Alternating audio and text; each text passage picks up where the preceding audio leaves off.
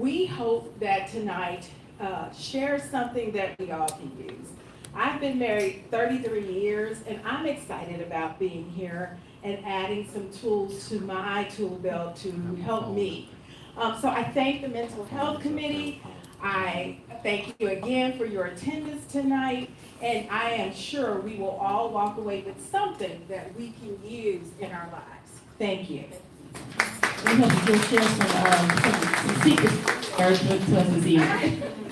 So, again, we'd like to thank you all for being here. We like to be interactive, so you don't have to hold your questions for the end. If we're saying something that piques your interest or there's something you relate to, please feel free to share. If you have questions you want to ask Dr. Emerson King or Mr. Gibson, please feel free to just ask those questions. But our goal this evening is to have an open dialogue about factors impacting success and demise of African American romantic relationships. And our experiences as African Americans in this country is unique. Our experiences are shaped our experiences have shaped our worldview, which includes but is not limited to collectivistic values to emphasize family closeness, community bonding, and solidarity. And these values shape the way that we approach and navigate interpersonal relationships. And with that said, we're going to discuss these relationships. I'm going to turn this over to Dr. Sekou Fraser. Oh, before we do that, we didn't even, you don't even know who Dr. Fraser is. So, Ms. Forbes, can you come up here? I'm so sorry. I just word my mouth. Good evening, everyone. Just a little excited, that's okay. We get excited about love and relationships, right? Yes. So I have the task of introducing Dr. Dartson, and Dr. Servant will introduce Dr. Sekou Fraser to you all. So I'll give you a little background about Dr. Dartson. Dr. Myrna Dartson is a licensed psychologist and shares a private practice in Dallas, Texas with her identical twin sister, Dr. Michaela Dartson, who's a podiatrist. The scope of her practice includes, but is not limited to, individual and family therapy, couples counseling, marital therapy, psychological testing, and forensic psychology. Dr. Dartson earned her Bachelor of Science degree in psychology from Xavier University of Louisiana with a minor in music. She received her master's and doctorate degrees in educational and counseling psychology, respectively, from Texas A&M University, College Station, Texas. Dr. Dartson has served as an adjunct professor of psychology at Paul Quinn College in Dallas, Texas. She has also contributed her expert advice to forms of media such as Family Digest magazine, the Marriage Makeover section, Jets and Ebony magazines, and the Ricky Smiley Morning Show. Dr. Dartson is a native of Dallas, Texas. She is an active member of Alpha Kappa Alpha Sorority Incorporated, the Knights of Peter Claver Ladies Auxiliary, where she serves as the current local treasurer and the immediate past president. And she also is a member of the American Psychological Association. So, meet for some people, introduce for others, Dr. Myrna Dartson. And Dr. Fraser now. And my name is Kendra Forbes, if I did not mention who I am. Thank you, Kendra. Okay, I have the privilege to introduce Dr. Sekou Fraser, a licensed professional counselor with a doctorate in marriage and family therapy. He's a dedicated psychologist with over 15 years of counseling experience. He's licensed in Texas and Washington, D.C. Dr. Fraser has spent the past 8 years in private practice, Sage Therapy Group, guiding individuals and families through life's most challenging moments. Through a compassionate and empathetic approach, Dr. Fraser creates a safe space for clients to explore their concerns, offering tailored strategies to promote personal growth and resilience. He specializes in helping people build healthier relationships, overcome obstacles, and navigate transitions with confidence. Dr. Fraser believes in the power of the therapeutic journey and is committed to supporting his clients as they unlock their potential and embracing lasting change. By fostering a collaborative partnership, he empowers clients to take control of their lives and find their paths, fulfillment, and well-being. Thank you.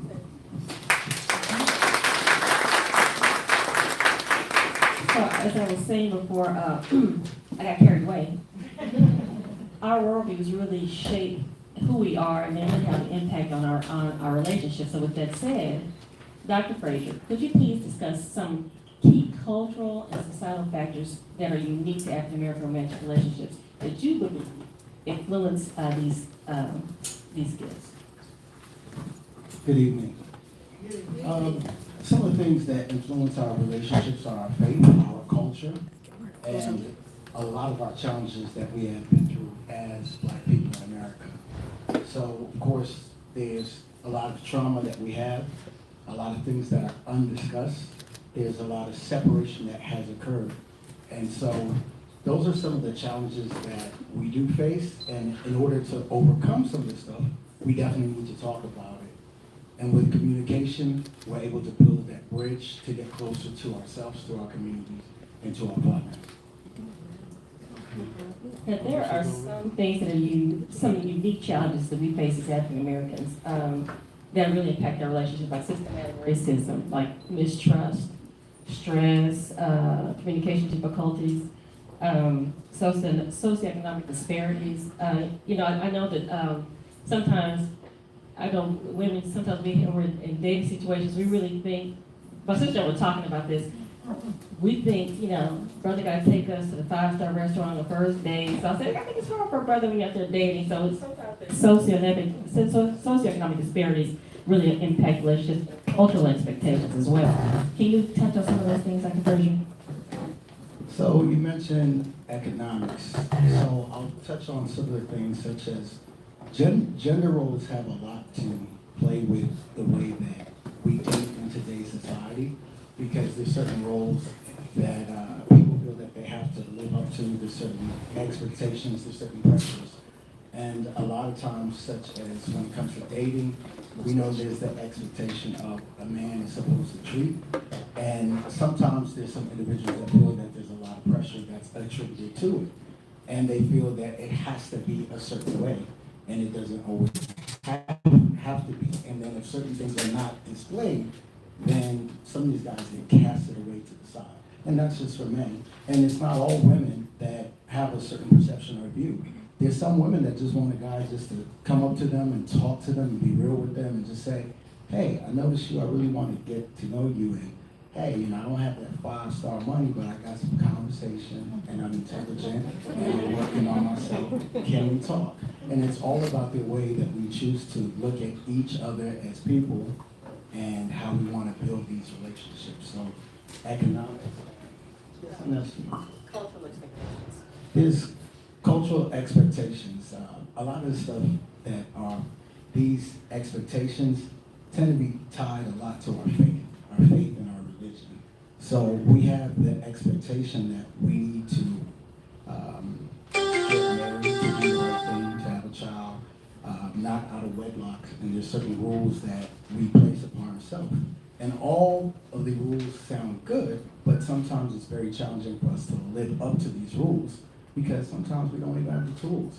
And the people who came before us didn't teach us the tools, and we want to mimic some things that we do see on TV or such as our other counterparts in society. I have a question.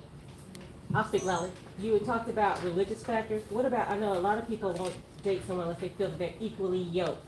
Now, what if there's a person who is just a churchgoer and a person who's maybe just spiritual and they don't? How would you suggest that they meet they meet each other halfway? Because some people just don't like church. They don't like the idea of the constitution, of the dogma of church. And some people don't. So how would you suggest that people like that date? I'll say this, one thing that, Dr. Fraser and I when we were meeting to collaborate on this, we were talking about expectations, but one thing is this, don't expect people to change for you. So if you're with someone, if you know that church is important to you, and you're Baptist, that person's Catholic, most Catholic folks, like you said, we can change. But you can make things work, but stop having unrealistic expectations. Don't think that because like I'll give you an example. I had a friend of mine, she just had to be married at a certain age. She needed to have her children within a certain time period after she got married. And she met all those goals. But she married a security guard which is nothing wrong with security, but he would leave on Friday and got his paycheck and he'd come back Monday, drunk. Came one week and his daddy died, he didn't even know he wouldn't answer the phone. Then she got 2 little kids, she wanted to have them, she just miserable, So you really need to really take in consideration, sometimes we are so infatuated with people, you think, oh, I can make this work, I can make this person change. It doesn't work like that. Yeah, that is definitely true. And to piggyback off of that, when it comes to trying to make, folks of different religious beliefs work, I think it's important for everyone to be realistic to look at what are your core values, what are the things that are deal breakers and what are not deal breakers. You might have found the love of your life, but you might say, well, either my family won't accept it or because they don't follow it in my religious practice, I shouldn't make it. But that's something that you got to discuss from the beginning. Because a lot of times you can't help who you like or who you fall in love with. You just fall in love with that person. But you have to figure out what are my core values that I'm not willing to break or budge. And I say this too, we can make things work. If you communicate, talk about things, but just be realistic. If you're in a situation, you could say, okay, this clearly isn't gonna work. Stop wasting your time and stop wasting the other person's time. And I want to share this with ladies, some of you ladies may want to jump in, but some research suggests that African American women face challenges finding partners due to societal perceptions and gender imbalance. So what do you think about that, ladies? Why don't you break that down? People may not know what gender imbalance is. I'm a doctor. Okay, there you go. So really, when you talk about gender imbalance, sometimes people think that we tend to come out strong. People take masculine. Yeah. Some people think that because we're educated or that we have advanced in our careers that we're hard, so they're softer. So there are a lot of perceptions about African American women just solely based on, our accomplishments. You don't have to, degrees are not measures of success. People are successful in their jobs or in their careers, but without education, but sometimes we are perceived to be a certain type of way. And then, I've heard professional actors, athletes, say, I don't want a black woman, I'd rather have white women because white women are more submissive, X, Y, Z, elemental P, which is not the case. I agree that's not the case. Because it really just depends. I feel like it depends on the man. I have some men that I probably ran all over, not intentionally, but just because I can bask in my femininity when I feel safe and I feel led. For a man that can actually lead me. But if I feel like I don't see those character traits in you, I'm gonna probably run all over them and it's not gonna work.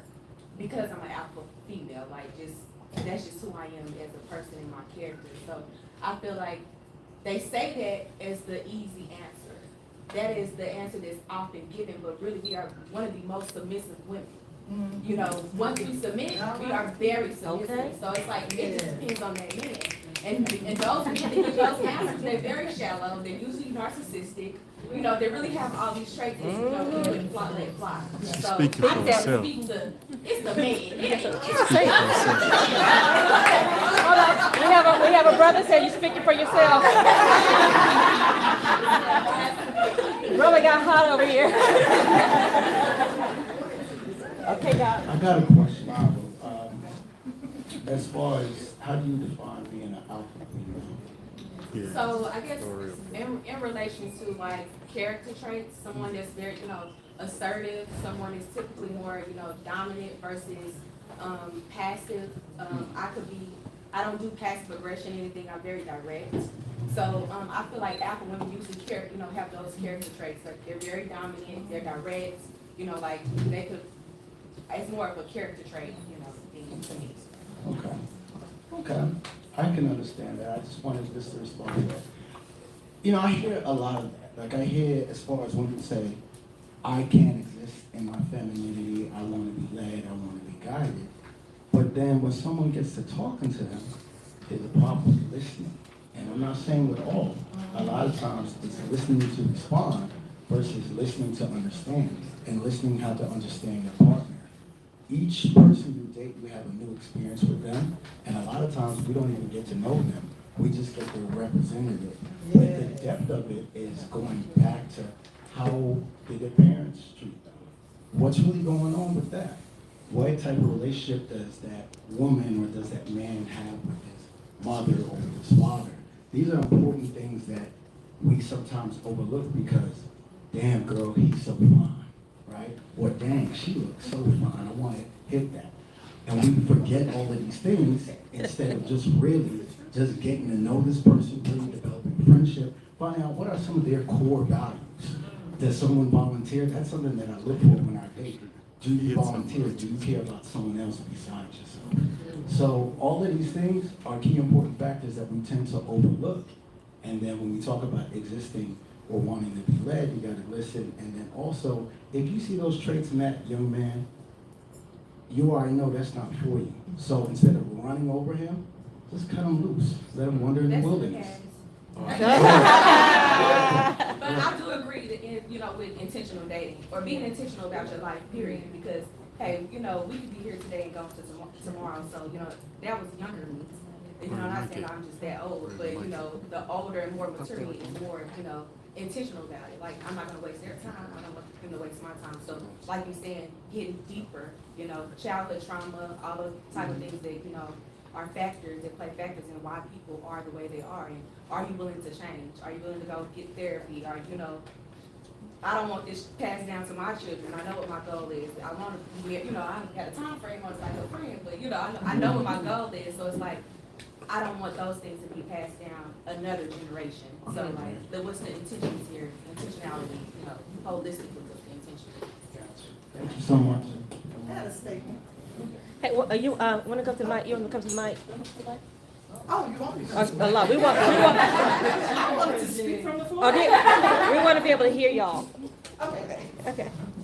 It's more of a wondering or a question that maybe they can, I wanted to speak to the generational piece that she talked about. Because as soon as they talked about the alpha female and the gender differences, I thought about the Willie Lynch letter immediately and how deep that goes in our culture.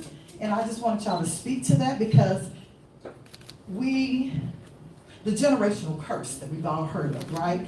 And how they intentionally took our men and moved them away from us, then killed them, pulled them apart to where we pulled our little boys and little ones by us.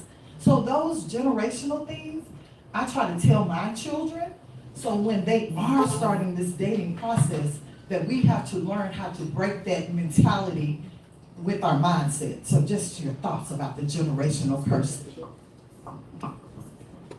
Yeah, so, and number one, thank you for bringing that up because there's a lot of times that we don't realize how intergenerational trauma affects us. Such as a lot of folks have grown up in broken homes. So we always get the stereotype, oh, this person, you'll see a professional athlete, they're signing their contract, where is that, right? So there's a lot of these things that we do see, and then we kind of get used to that's just the way it is. And if you think about it, a lot of stuff mentioning Willie Lynch, the slave owner had pit the young against the old, the black woman against the man, and there's several other things that they did to just discredit a man being in the household. A man was shamed. So it's kind of easy if you're shamed as a man, your kids probably won't respect you because you're not able to take care of, protect your family during slavery. So all of these things that have happened to us has some effect in the way that we choose to date or the people we choose to date. So let's just be mindful of that too. Can I also mention, I feel like in the media, a lot of times, no problem.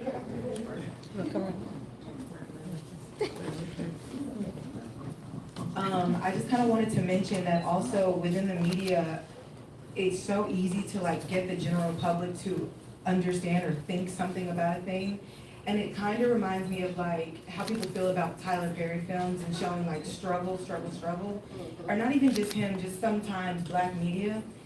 And while the statistics might show that Black men wanna, like, they get on and leave for a white girl or go on and move to a different race, I think that's part of the like manipulation too. Like, while that could be a statistic, I think that, this is just my personal opinion, I think Black men like want to date Black women. I just think that they don't show it, or they don't, it's not seen as much because of they're trying to like, yeah, like, I don't know who said that, but yeah, like they're trying to portray an image and kind of make you disenfranchised and kind of, like you said, pin us against one another. And I don't even, in real life, a lot of the Black men that I know, they're with Black women. So while Black women and Black men are dating people outside of their own race, I also very much see us love each other. And I think that if we acknowledge the fact that that also is true, we wouldn't be so like combative, amongst one another. Good point, sister. Hi, thank you so much. I completely agree. I agree with both of you. I just wanted to speak to the generational curse. It's important that we understand generational curses, like any other curse, is related to what we do, how we teach, how we live. So the generational curse doesn't survive because it's just out there or it was a part of our history. It survives because of what we do, how we teach, how we demonstrate, what we do. We're here talking about love. So think about the last time you exhibited a demonstration of love on a daily basis. Think about the last time you exhibited a demonstration of the generational curse that we're talking about with regard to our children, with regard to our marriage, with regard to love, and whether or not we know what love is in the first place, so that we can effectively demonstrate that on a daily basis. So homework, demonstrate it. Think about it. Think about what you're doing right now to demonstrate love. We demonstrate hate, frustration. We demonstrate everything else, but how do I, and I'm not talking just to you, I'm really speaking to me as well. How do I demonstrate that I love you every day?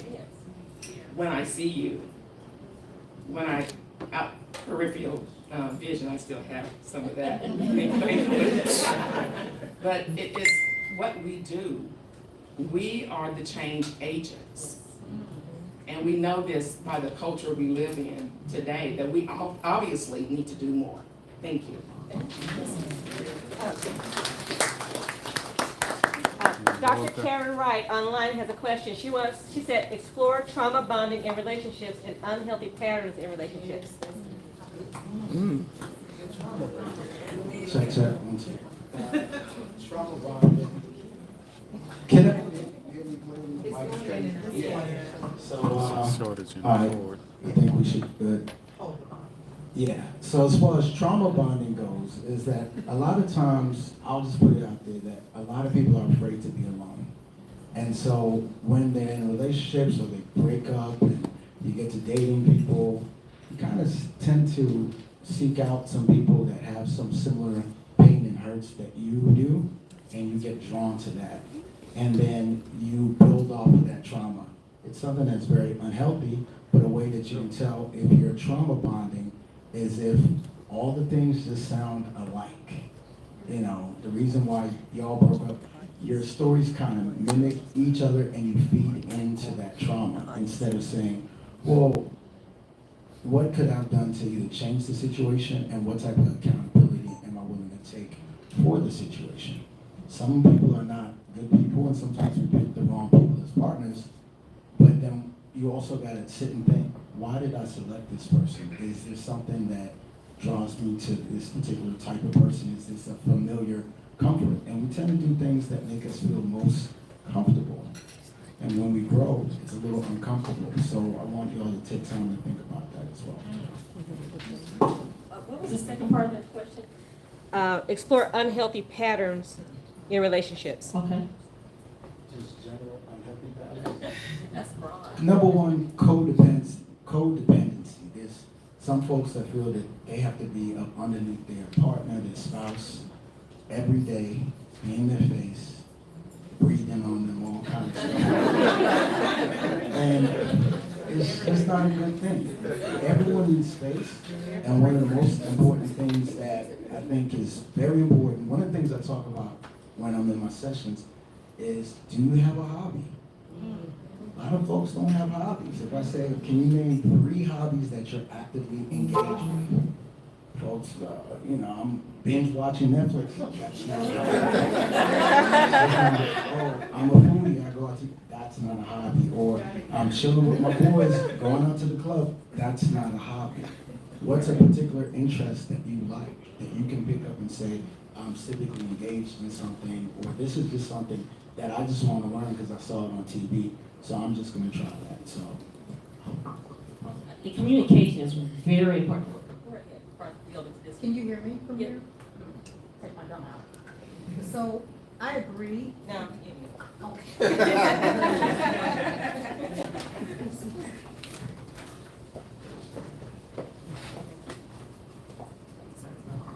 Can you hear me?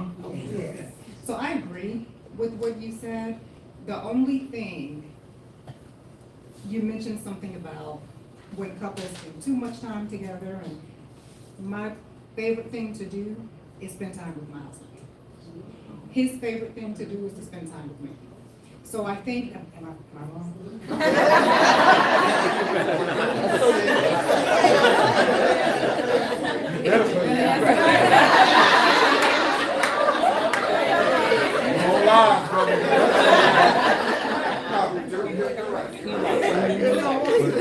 So I think the trouble with that comes into play if it's not reciprocal. So if you have someone, if you're in a relationship, if you have partnership with someone that you are so starry-eyed with them and you just want to be with them and they don't feel the same way, I think that's when you run into trouble. When you have someone, I was married before I met my husband, he was married before me. We met, we just celebrated our 8-year anniversary yesterday. But we met later in life. We were both well into our 40s. And I realized when I met him, I'd never been in love before him. Even though I had been married before, even though I had been in relationships in my teenage years, my early 20s, the first and only person I had ever loved has been him. And the reason being, it's similar to kind of what you said. I was one of those people, I just didn't take anything, from anybody. He is the only person that I would walk over hot coals for in my entire life. And so I had a girlfriend when we were getting married, she told me she held off on getting her airline tickets in a minute. Because she said, Veronica will drop somebody in a minute. So she didn't get her airline tickets to fly here. But I just think it's a matter of the relationship that you're in, the person that you're in. Is it reciprocal? Do you feel the same way? We are truly best friends. If I'm having a great day, he's the first person I want to speak to. If I'm having a bad day and I'm upset with him, then I'm upset with him all over again because now I can't call you because you're the person I want to talk to. So I think it just depends on who you're with and who you're in partnership with. I don't think it's always a bad thing if you enjoy spending time together. We have an online question. Someone says, Maxine Williams says, how can we go about prioritizing love and connection without letting career, ambitions, or financial stress take over?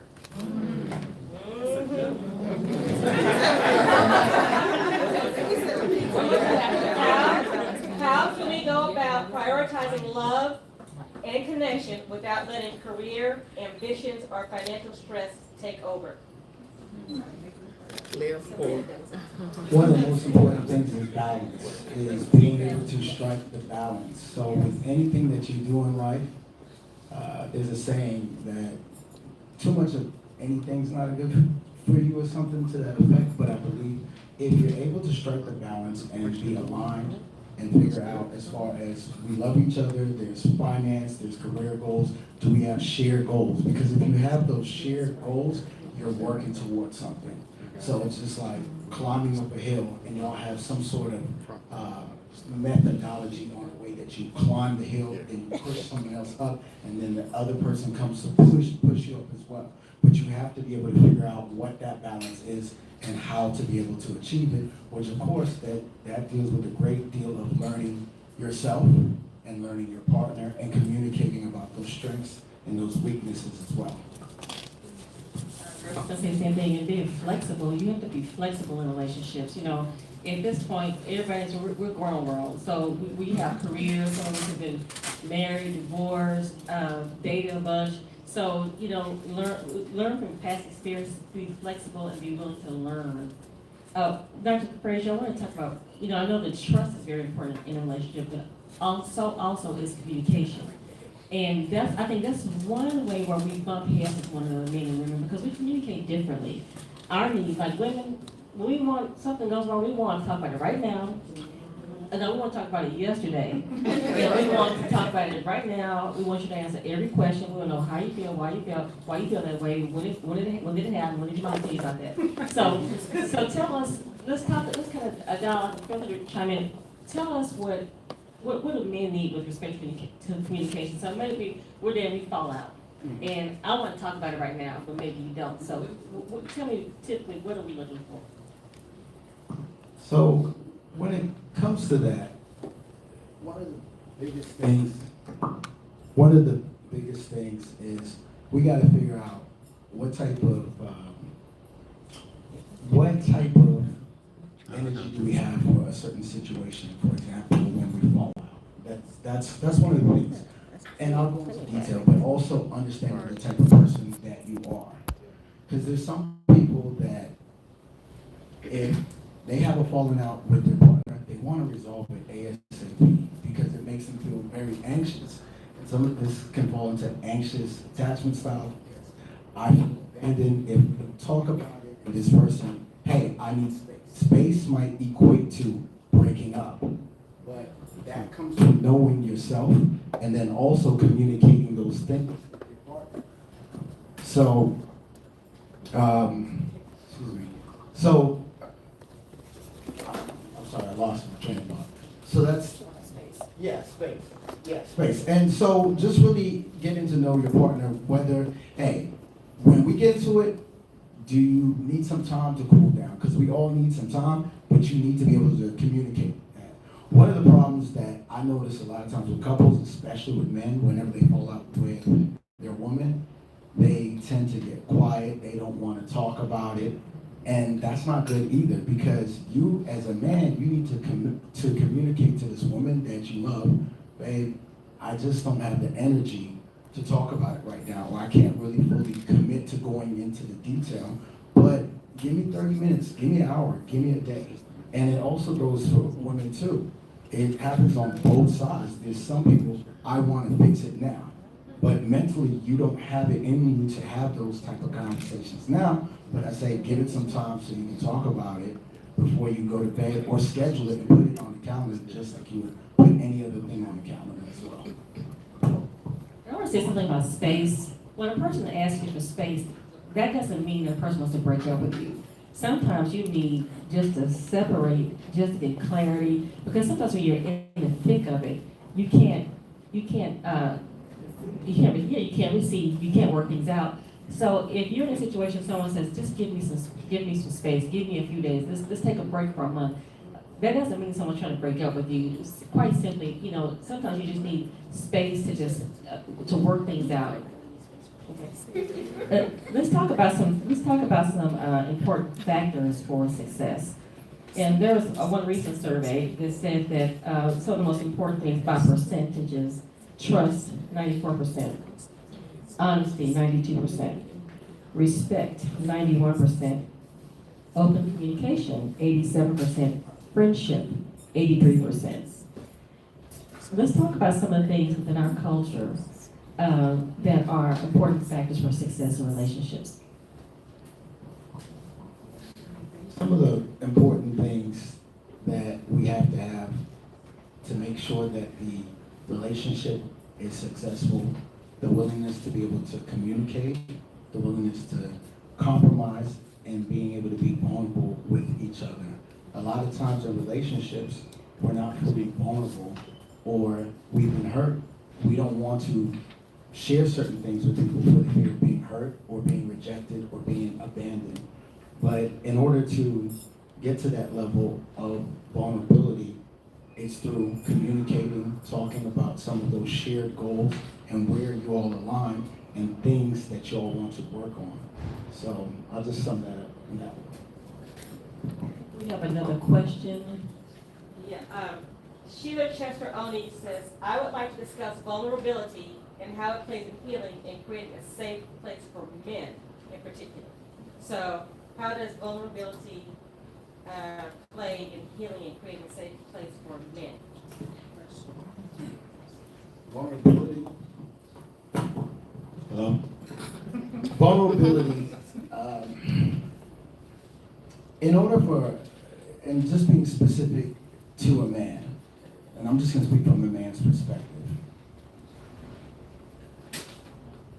For a man to heal, it takes a lot. It's just, I'm sure y'all probably heard when a man gets his heart broken, it's usually harder for us to say, to really get over a woman.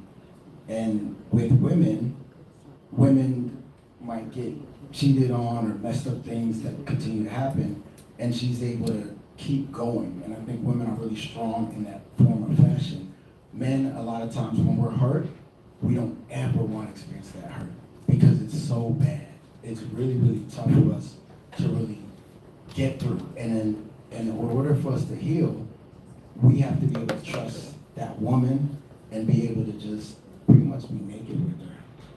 And it takes a lot to just be naked, give all of yourself to her in that way by just telling her how you're feeling, the things that you're dealing with, because a lot of men struggle when it comes to communication for fear of rejection and being hurt again.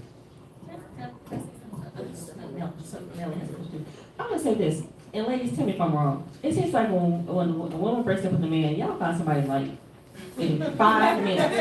False. False. It's false.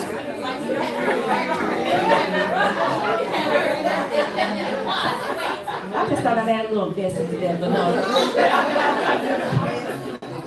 But you know, I think it is more difficult for men to be vulnerable because sometimes women mistake that vulnerability as a sign of weakness, and it is not. And that's why men cannot move forward from trauma. That's why men have trust issues with women. That's why men might exhibit some of those other behaviors, because when we see men be vulnerable, we see it as a sign of weakness, and it's not. That's why we have such a hard time getting our people in therapy, especially men. My question, everyone can hear me. Yeah, go up there. Get up there. Get up there to the like mic. an end all be all, or do you feel like it's an end? Or is it like, because on social media you see like, come heal, you need to come heal. But are you ever really healed, or are you forever always like still journeying?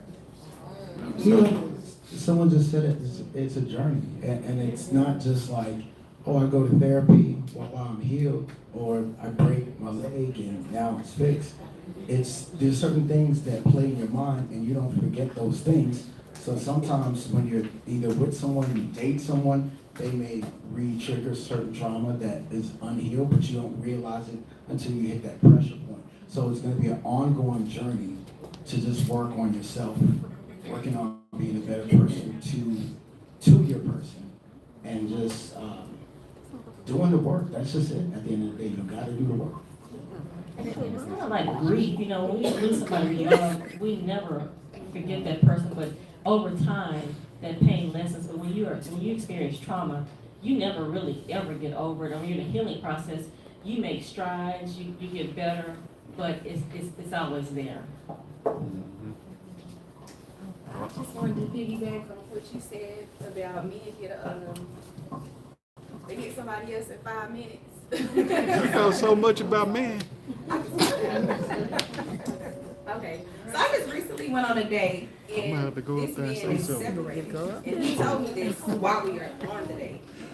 So I'm like, you don't think you need to get a divorce before you, before you start dating? And he's like, he thought it was okay that he's been out of the house for a year, and that just really didn't sit well with me in my core.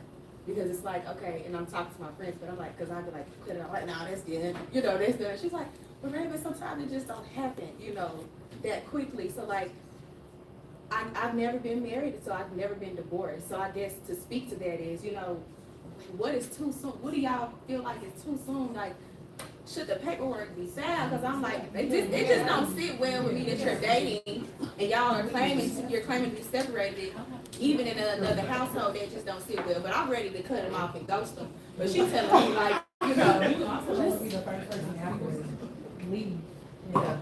That's not true. I think personally, if you're not divorced, you're still married. That's right. So if you are dating a man who is separated but he's not married, that puts you in a bad place. You know what I mean? Because he has a commitment to somebody else. He's finished and he's ready to move on, he needs to get a divorce. yes. So this If he is wants happened to date Tuesday, somebody y'all. else, then. Yeah, that's my whole thing. But even beyond that, even without it's just like, I don't know. I was right. Just to add to that really quick. I was just gonna say, just because you're, and I'm not speaking on behalf of men, but I'm speaking on behalf of men. But just because you're with someone, or just because we see a man with someone, that doesn't mean they're with them. If you understand, sometimes people are placeholders, and they're just placeholders, just something to do. So, right. Keep it real. We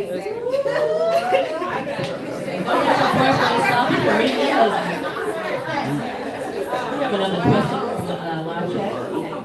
Here's a question from Nairobi Brown.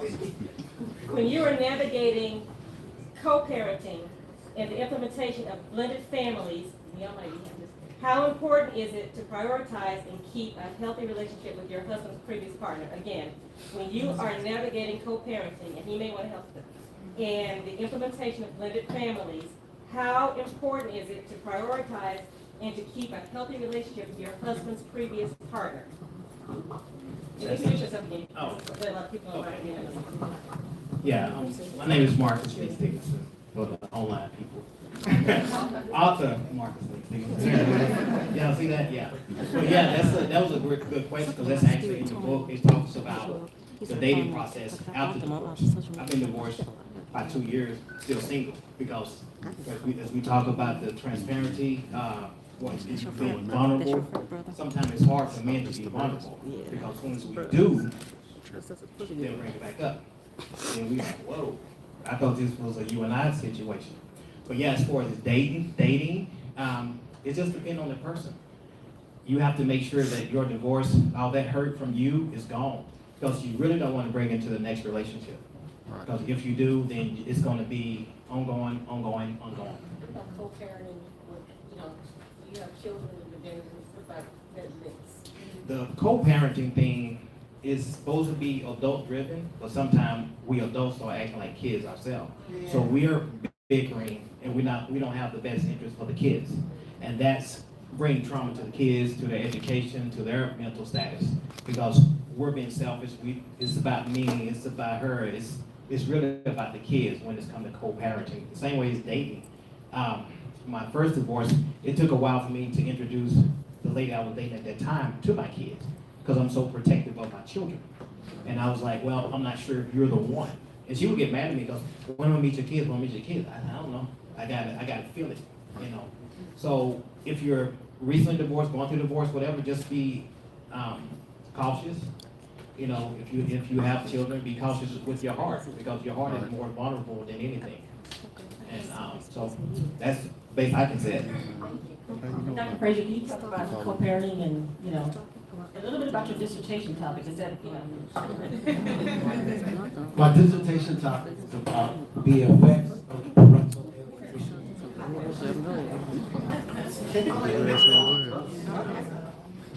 Can y'all hear me? Yes. Okay, perfect. Excuse me if I'm yelling at you. But my dissertation is about how parental alienation affects men. Whenever the relationship is ended between a man and a woman, they're married, or they're divorced, or the relationship does not pan out, about 82% of custody usually goes to the mother. And then that leaves the man left out of being in the child's life, or he's a dad that's there on the weekends, or has certain selected time and dates. And so that's the main thing about how does it really affect men? Because a lot of times people don't know that, oh, this man is really hurt about something, and there tends to be preconceived notion that because she's a mom, she's going to be a better parent. But a child needs both parents, mother and father. And men do hurt whenever they're not around their child, because men naturally are instinctively going to be protective, just as a mother would, and especially they just tend to hurt a lot more. Well, I'm not going to say a lot more, but men hurt in silence, and that's the biggest thing. And that's why a lot of people, or a lot of men, don't really talk about stuff.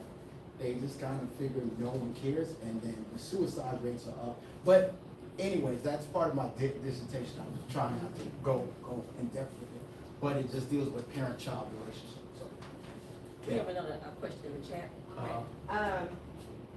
Let's see, Ariel Desiree wants to know, how would a woman without children go about dating a man with children? And she says, this new generation of men are so quick to create broken homes instead of settling with one woman. But how would a woman without children go about dating a man with children? I'm married one.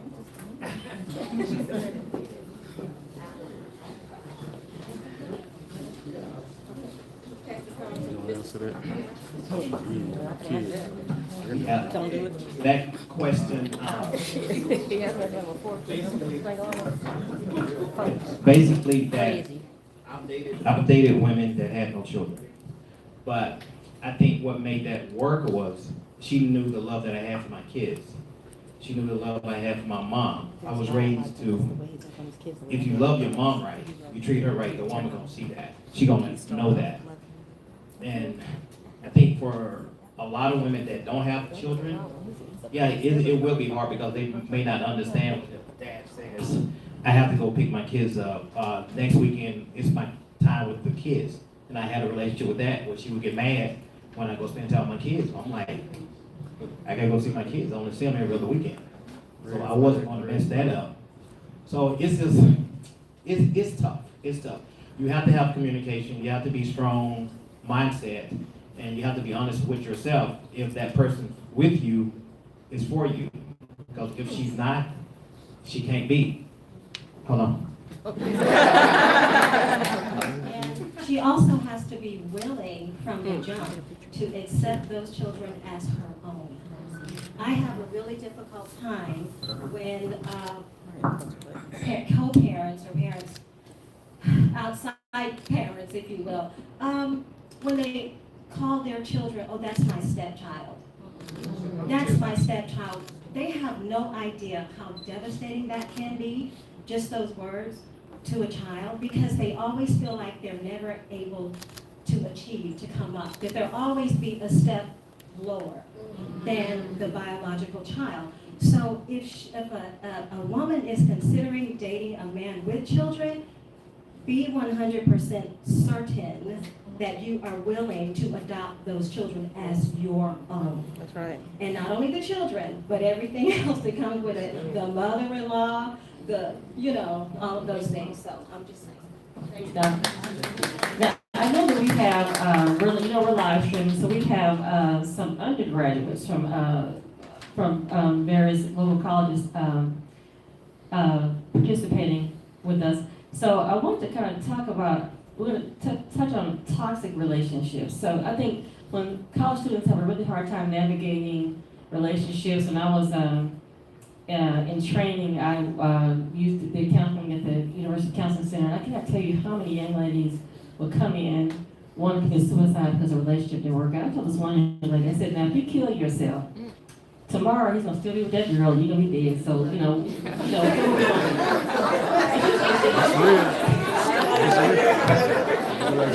It's crazy. have another therapist, Wilma Davis, LPC back there, she can address that too. We have a question right here. Hello. Hi, everyone. I'm not an undergrad. I know I may look young, but I'm not an undergrad. There's a couple of things that I wanted to touch on. One thing I will say from my own personal dating experience is I fall into the category of liking the potential, but not reality of who I am actually dating. So I think that's something else that we need to take into consideration when you're dating someone at any age is the reality. What are they really doing right now? Not the potential that you see in them a year from now, 2 years, 6 months from now. That's one thing. I'm also the product of a single mom. My dad was not there, but I kind of disagree with you when you say men, because my dad made a choice not to really physically be there. Although, yes, men may suffer in silence, but you also have to speak up. If this is your child, you have to speak up and say, I want more. I want to physically be there more. And that's a conversation I had with my dad as an adult woman, because he missed out on so much. But I also said, but when did you ever, you thought like sending money or giving me things was like, okay. And my mom always said, that's not going to be enough. When they get older, they will see you were not physically there, like you said. But you also have to make a choice. But I think that goes back to dating as well. It's a choice. Like you have to decide, okay, is this someone that I want to be with? What are my deal breakers? What decisions am I going to make that are going to be beneficial for the both of us? And I also think when dating, you do have to go back to their relationships with their parents. How did they grow up? What traumas did they experience? Have they addressed those traumas? So I think all of that kind of goes into dating. It's so funny you said that. I have one of my nieces, this older guy had his eye on her, and she said, he's gonna be a rapper. I said, first off, baby, he got 10,000 kids. He's 37 years old. He ain't gonna have a rapping career. I know our undergrads are watching, so undergrads, I want you to put some questions in the chat. We have Wilma Davis, LPC here. We're gonna talk about toxic relationships, things that you should be looking out for when you're dating on campus. Good evening, everyone. My name is Wilma Davis, and I am a licensed clinical social worker. And although I have heard a lot of really healthy relationships, but I want to talk to you about how some healthy relationship can end up turning to the left and going way out into left field. And it's very important that we catch those young relationships so they won't fall into this category of, oh, no, I had to stay in this relationship because. And although you will hear me talk a lot about campus relationship, but please remember that the same thing can happen to you if you are in your community, in your neighborhood, or even still living within your parents' home. But I'm going to focus my presentation on those young relationships. Okay, so second, you just got out of high school and you going to the campus for the first time. You all happy and jittery, about now being able to get out on your own. So maybe a couple of weeks into campus, you put your eye on this handsome young man, and he put his eyes on you, and y'all approach each other and exchange names and numbers. And then y'all begin to have a relationship. He sent you mojo kissy things in the morning, and y'all are the last one that talk to each other at night. Just all of those little flurries and goosebumps type of relationship. And those are great because we encourage those healthy relationships. But sometimes they turn and go the wrong direction. So let me give you an example. You can, say for instance, the female, she just got out of one class and she headed to another class, and her new guy sees her, he comes over to her, and they greet each other, And he says something, and remember, it used to be very lovey, just all those type of things. But he comes over to her and he say, "Oh, you must just came from your cosmetology class.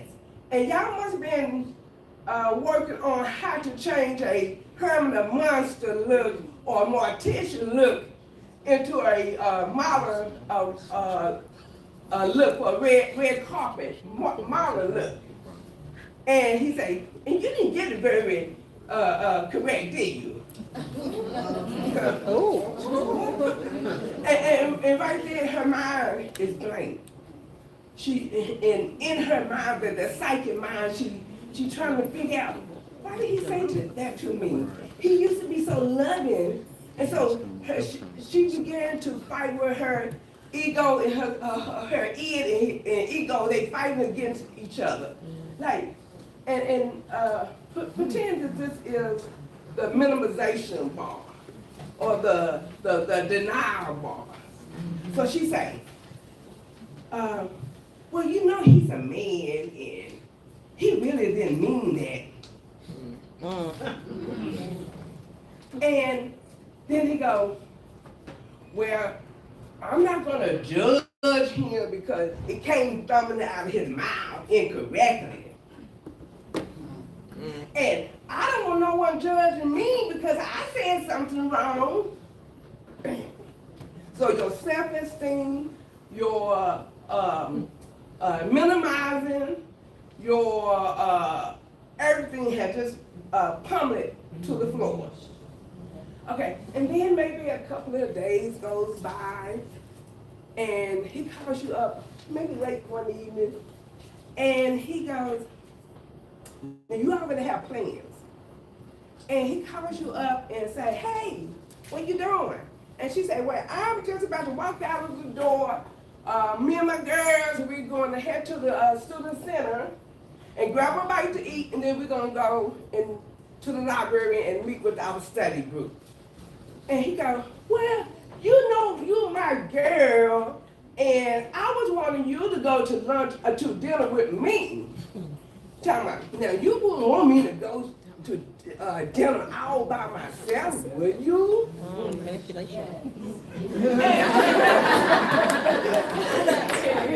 And so he said, "Well, I'll tell you what, why don't you tell them, you're gonna eat with me and then y'all can go study." Well, a healthy relationship would look like where they had not made plans. So he would say, "Okay, sweetie, why don't you just go ahead and go with your girls, and when you begin to wrap up your study, give me a text, and I will come over and walk you guys back to your dorm, make sure you get there, safely. And maybe we can stand outside and talk for a little while." That's a healthy relationship. And what's happening during this time is they begin to try to pull you away from your friends, to separate you, to get you totally into their world. And for you that are at home, the same thing can happen to you. Say for instance, you are going to go to your great-grand's 80th birthday dinner. And he calls you up, "Hey, there's a new movie came out. I'm coming to get you, and we're gonna go to the movie." He said, "No, I'm gonna go to my great-grand birthday dinner." Tell him, "Oh, I'll take you by your great-grand after we get through with the movie." And well, after the movie, then you're gonna wanna go and get a bite to eat. And by this time it's 11:30. And y'all interact with me, okay? What does a 80-year-old female is doing at 11:30 at night? Sleep. So you have missed that milestone. Okay. So you begin to pick up these really small ugly statements as she goes along. And then you begin to just have these stomach ache where you had goosebumps when you saw butterflies in your stomach. Now your stomach is hurting. Because mentally, you know, you're talking about the psyche, you're talking about that mental thing.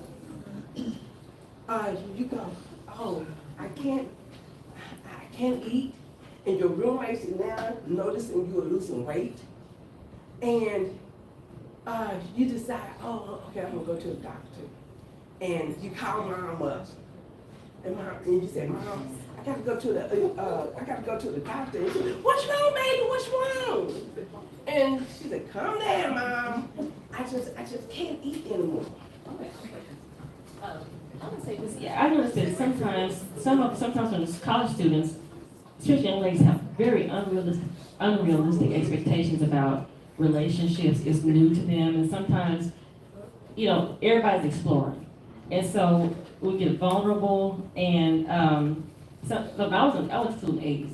People going and trying to get their MRS degrees, you know, and a lot of people found out husbands, the Mrs. Myrna. But I just think that we're gonna have to wind our thing up, but, and I thank you. And, I just want to let you know that there's help out there. You don't have to go suffer with this alone. There's help. So please seek that help out. If you have a social work, a counseling department, a psychology department on campus, please go over and talk to someone about the mental health, the anxiety and things that you are now feeling from a relationship that you had expected to be a beautiful thing. Okay? Hi all, I wanted to add something as well. I'm a few years out of college. But in college, I think a lot of times we see the red flags, but we just kind of want to ignore those. But for these relationships we're talking about, I think it's important the first time that he lightly taps you or touches your face a little hard, listen to that and walk away. It shouldn't be you're going to the hospital or like you have a black eye and you go to class or whatever it is. It shouldn't take that much. So undergrads, please look at the red flags. Inconsistency. I'm gonna call you when you home and call you the next day. Let that go.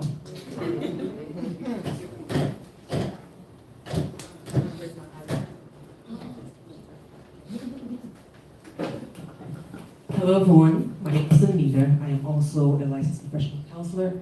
I have my iPad because I already checked out 5 o'clock, so I'm going to read something out. With us talking about undergraduates, and I'm going to speak for the undergrad, one thing that I have noticed being a counselor in a college settings is the way the relationship starts. Usually it starts over bonding over trauma. So there's a difference between trauma bonding and bonding over trauma. What we see is two people who meet together, talk about their past relationship. Oh, my boyfriend did this, my girlfriend did this. We connect over that, and that starts a relationship. And that is bonding over shared trauma. Trauma bonding is actually an abusive person and a victim. So bonding over trauma can lead to trauma bonding. And I was listening to the story, and I saw the patterns of the cycle of trauma. And I just wanted to share with you guys, especially with the undergraduates. The first one is love bombing. This is when the relationship is very intense, like too much of immersion going on. You can't separate from each other. The next one is trust and dependency. They would do anything. They will go through the moon back for you.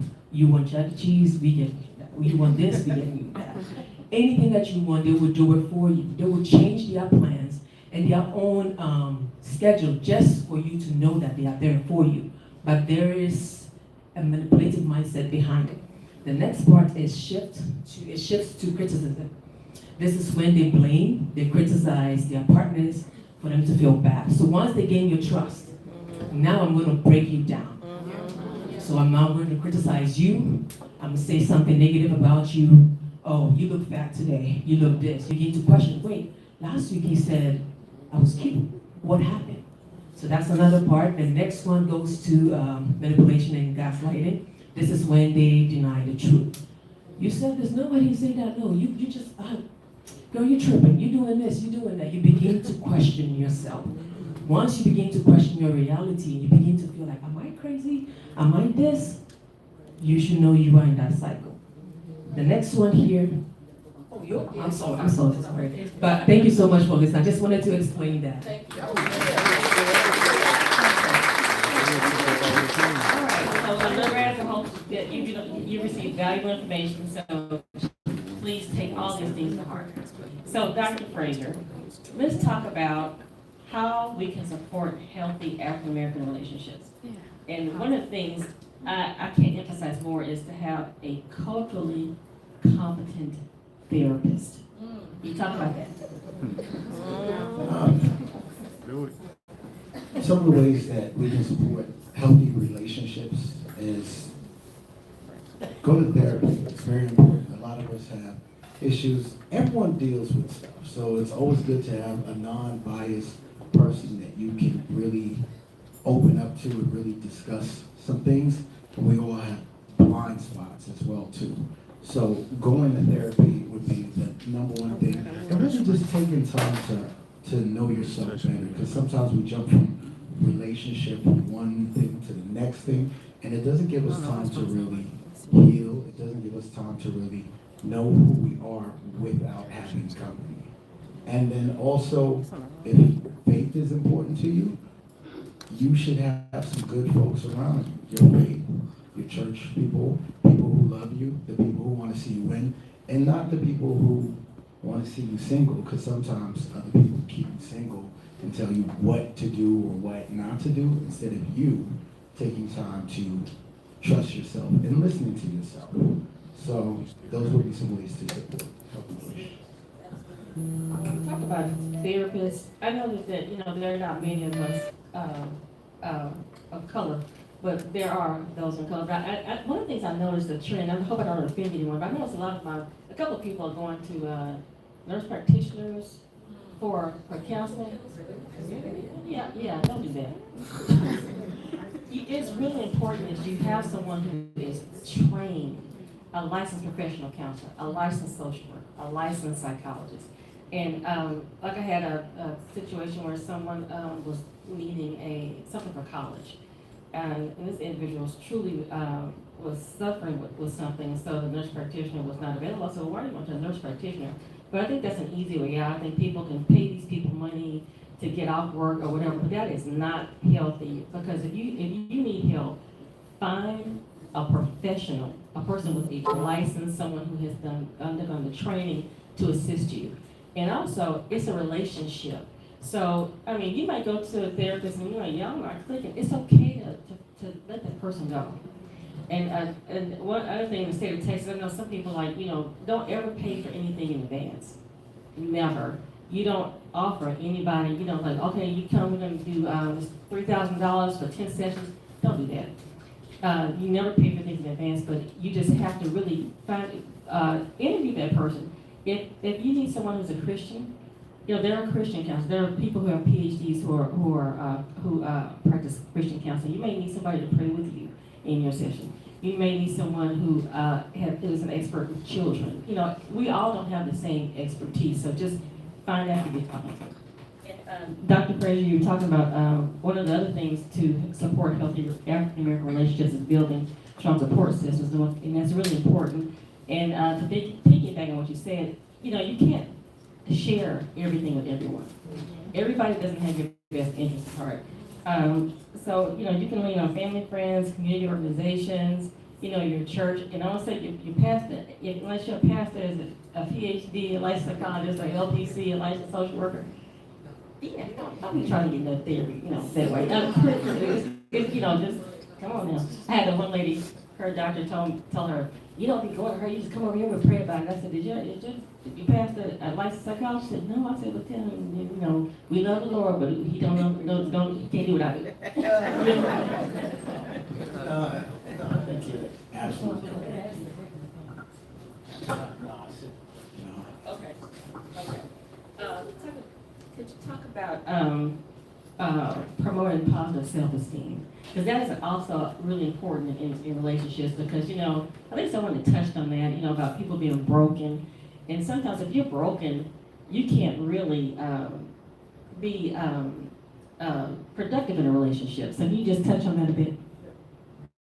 It's important to make sure you're taking care of yourself. A lot of times people talk about, since self-care is a very popular word, people say, I'm gonna do my self-care, I'm gonna go to the spa or something like that.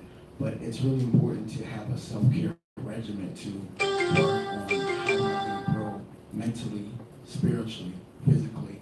Am I feeding myself in the correct way? Am I doing things that make me feel whole and healthy?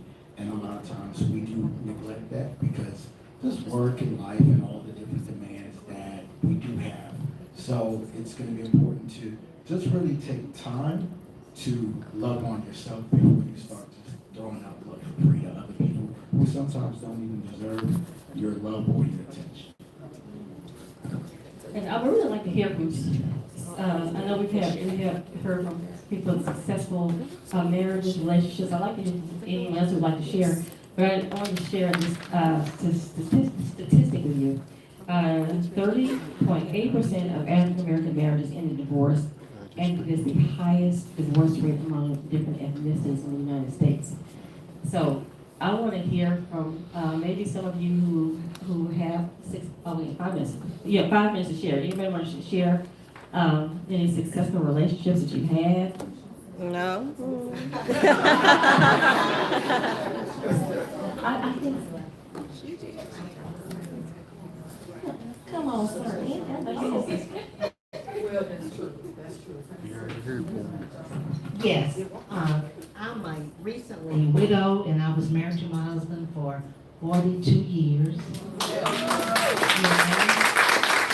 And so I did go to college to find my MRS. And I was most fortunate to find a wonderful man.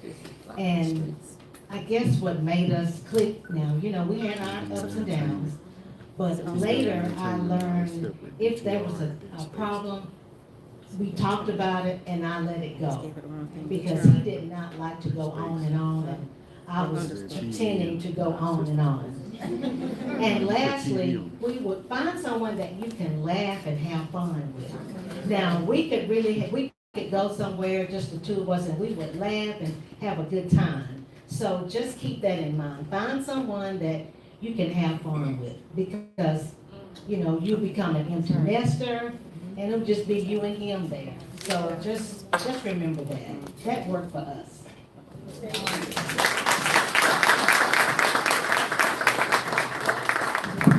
We have come to the work. I think that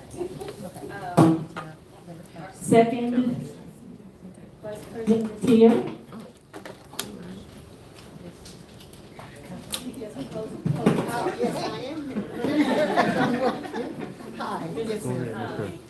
Baron Wilson is our, oh no, I'm sorry, I didn't see you, First Vice President, I'm so sorry.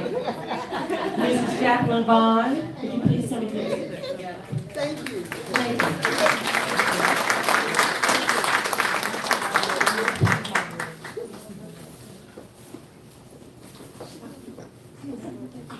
Thank you so much.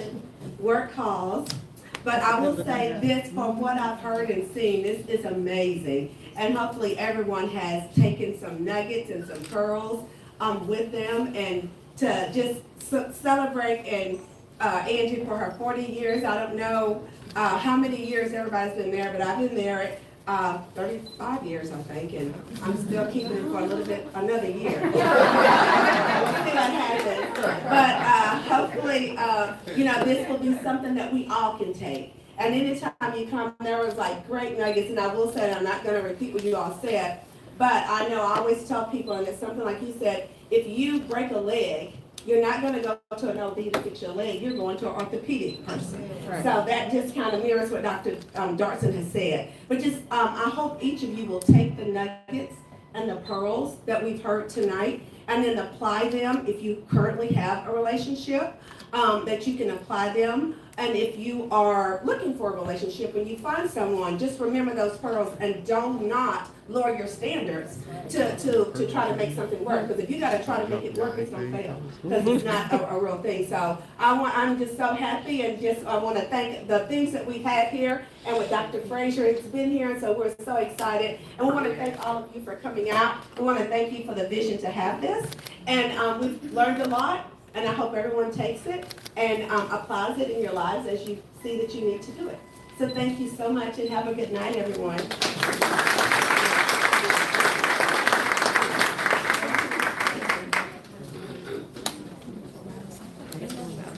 Thank you guys for coming, and we, on behalf of the Mental Health Alpha Psi Omega chapter, we wanted to offer you a gift, and thank you so much.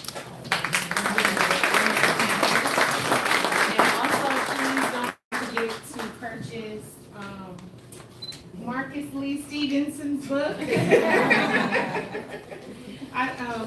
Please don't let him sell out today. Don't let him leave with anything today. So. Thank you so much. Oh, and also we have a survey, so if you guys can please so kindly, so we can have other events as well. Tell us what you think. We have a QR code, we can pass it around, and we also have the paper if you want to do that, so we would really appreciate your feedback. We may want to do this again. You might want us to focus on different things, but we really need to hear from you. Okay. And we thank you so much for being here with us. Did you? Number one, I would like to thank you all for inviting me. And I really enjoyed those questions, answers, interactiveness. And then I also want to let you all know on March the 8th, my colleague, Ms. Anita O'Forty, that's not up speaking, we are having a self-care seminar. It's going to be on March the 8th. If you want any additional information, you can find me on Instagram, Dr. Sekou Fraser, and also on TikTok. And Anita, you want to drop anything? As far as your It's the Instagram. Yeah. Professional Instagram is none_self-love. Okay.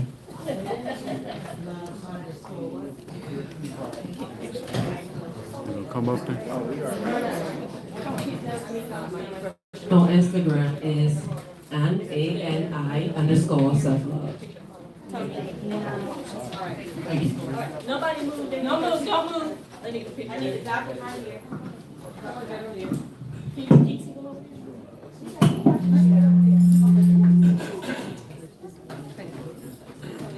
right here? Next to the power plate. Let me go get it.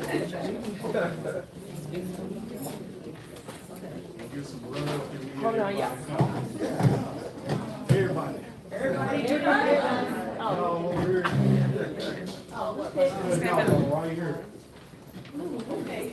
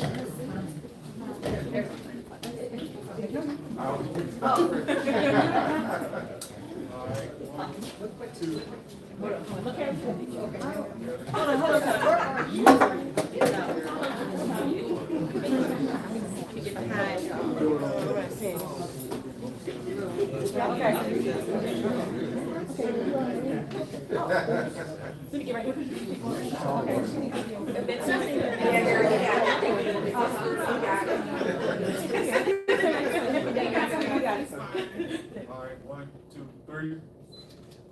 1, 2, 3. Hold it. Take a picture from that side. Make sure I don't get shot. He has no.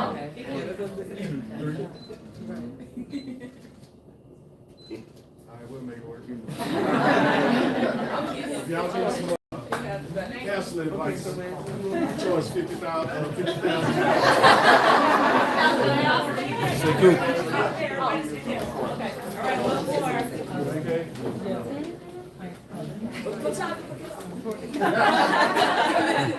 Just say cheese, I'm sorry, just he was off. I'm supposed to be in the picture. Here we go, 1, 2, 3. 1, 2, 3. That look perfect. Oh, yeah, I get you. This should look so good. That's really. If you don't get this. All right, I'm gonna do this. Here we go, 1, 2.